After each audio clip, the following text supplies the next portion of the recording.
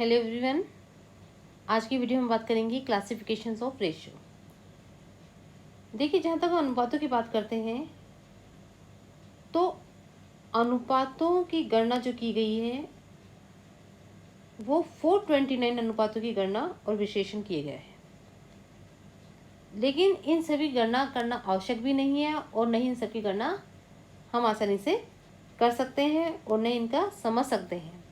तो इसीलिए हमने इस वीडियो में केवल उन्हीं रेशियोज की बात की है जो कि आपके लिए समझने के लिए आवश्यक हैं और जिनको हम आसानी से समझ सकते हैं और जो व्यवहार में यूज किए जा रहे हैं, और व्यक्ति और संस्था अपनी आवश्यकता अनुसार इनकी गणना करते हैं।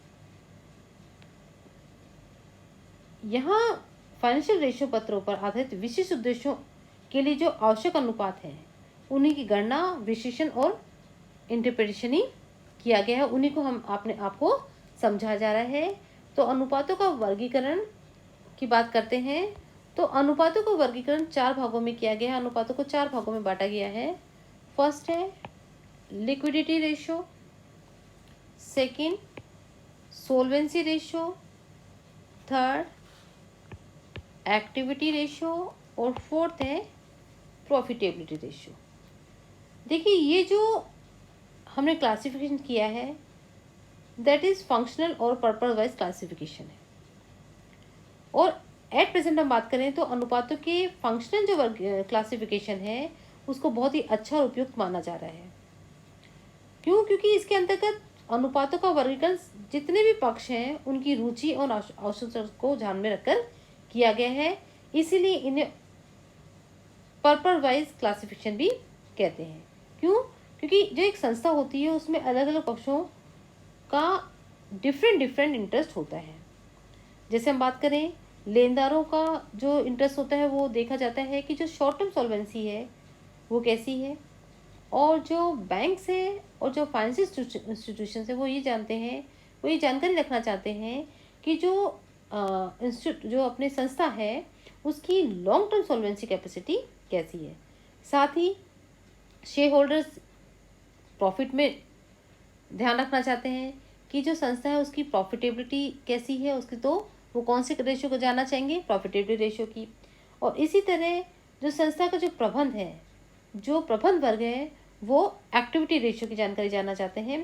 तो इस प्रकार सभी जो पक्षकार हैं उनकी डिफरेंट जो हित हैं उनमें ध्यान में रखते हुए रेशियो को क्लासिफाइड किया गया है।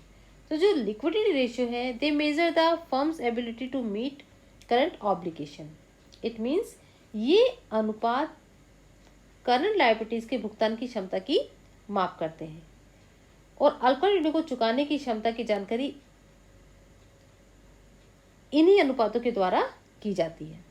फिर है सोल्वेंसी ratio.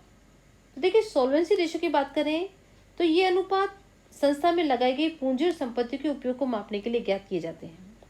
It means these ratios show the proportion of debt and equity in financing the firm's assets, जिससे ये जानकारी मिल जाती है कि संस्था की दीर्घकालीन शोधन क्षमता कैसी है, कि जो लॉन्ग टर्म सॉल्वेंसी पोजीशन है वो संस्था की कैसी है। फिर है एक्टिविटी रेशियो।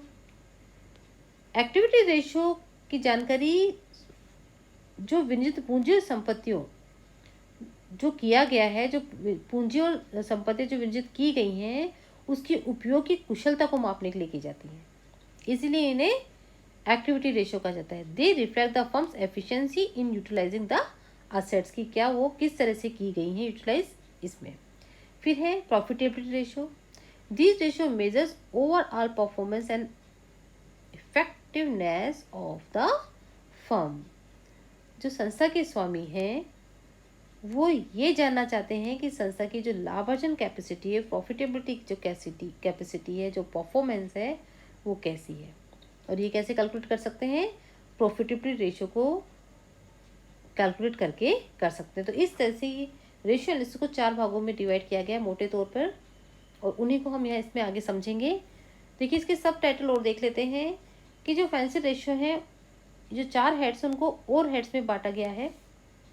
लिक्विडिटी रेशियो में देखिए नेट वर्किंग कैपिटल रेशियो निकालते हैं, करंट रेशियो निकालते हैं, क्विक एसेट रेशियो निकालते हैं। फिर एक्टिविटी रेशियो में हम बात करेंगे inventory turnover ratio, average collection in period, average payment period, fix asset ratio, total asset turnover ratio. इसके साथ ही जैसे टोटल असेट की बात करेंगे तो इसमें हम और क्लासीफाइड कर सकते हैं current asset turnover ratio, fix asset turnover ratio. ठीक है, साथ ही हम ये बात कर सकते हैं जो capital asset turnover ratio,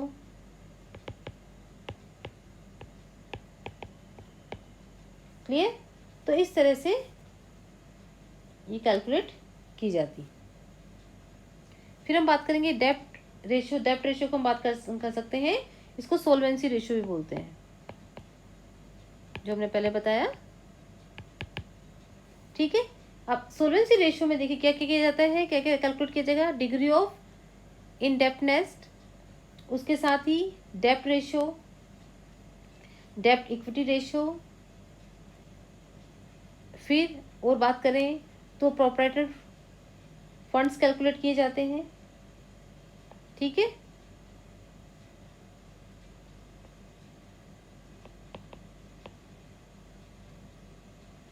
proprietary ratio, फिर सोल्वेंसी रेशियो, डेप्ट रेशियो हम बता चुके हैं। फिर capital gearing ratio,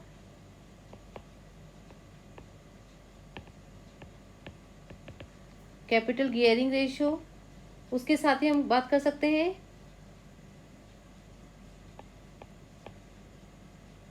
fixed assets ratio.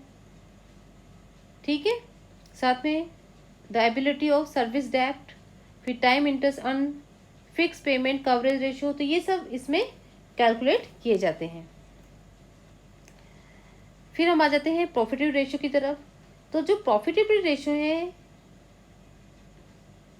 Profitability जानकारी के लिए तो क्या क्या आ जाएंगे इसमें, gross profit margin, operating profit margin, net profit margin, return on investment, return on equity, earning per share, price earning ratio.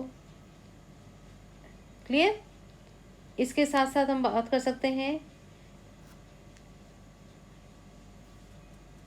Expenses ratio की, साथ ही इसमें हम return on capital employed, return on proprietor funds, return on equity share holder, return on total assets. तो इस तरह से ये calculate किए जाते हैं। तो इन सबको एक एक करके हम आगे आने वाले वीडियो में आप देखेंगे कि कैसे इनको कैलकुलेट किया जाता है और किस तरह से उनको इंटरप्रेट किया जाता है। तो नेक्स्ट वीडियो में हम बात करेंगे एक एक करके आगे जितने भी जो रेशियोज हैं उनको कैलकुलेशन कैसे करते हैं। तब तक के लिए आप इनको थोड़ा लर्न कीजिए कि किस रेशियो को किस हेड